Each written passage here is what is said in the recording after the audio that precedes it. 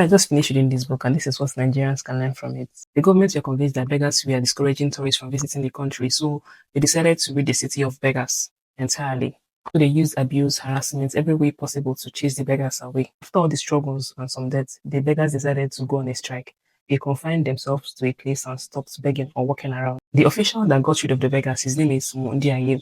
He was the director of public health and hygiene, but he was aiming to become the vice president of the country. So he did the job well and for his own personal ambition. So the president will say he did an outstanding job and appoint him as the vice president.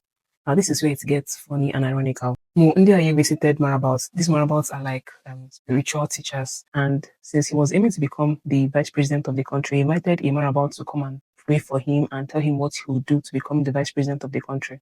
The marabout told him that he should kill a cow and share it with other items to beggars. But the problem was that he should share the food to beggars at the four corners of the city, and it should be beggars that walk around. But remember, all the beggars in the city were confined to a place, and there were no beggars that walk around. So he needed the very people that he expelled from the city to become the vice president. The beggars frustrated him.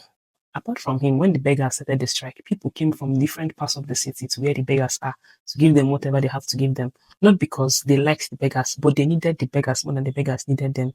Because people believed in giving to receive. And when their pastors or priests tell them to give also amount to beggars so that they can receive something, there were no beggars to give it to. So they had to go and look for the beggars so that their prayers will be answered, so that their sicknesses will be cured. There was no beggars to give those things to.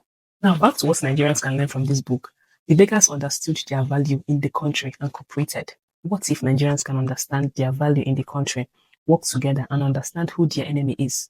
That it is not Ibuka from Abia State or Idowu from Ondo State. That it is a thing, it is a system, and it's a person. Also, what if we stop accepting the 5 cups of rice they share? Let them know that we are hungry, but we can manage our own hunger. Tinubu said that himself. If this happens, Governor Muneke will not have anything to eat anymore. During the NSAS, what made the political class afraid was not only the violence, it was that people all over Nigeria, people from Jos, Ikiti, Enugu, everywhere, we are joined together and determined with one voice against them. If we could learn from these beggars, then maybe our problem will be solved. I recommend this book. It's a good read.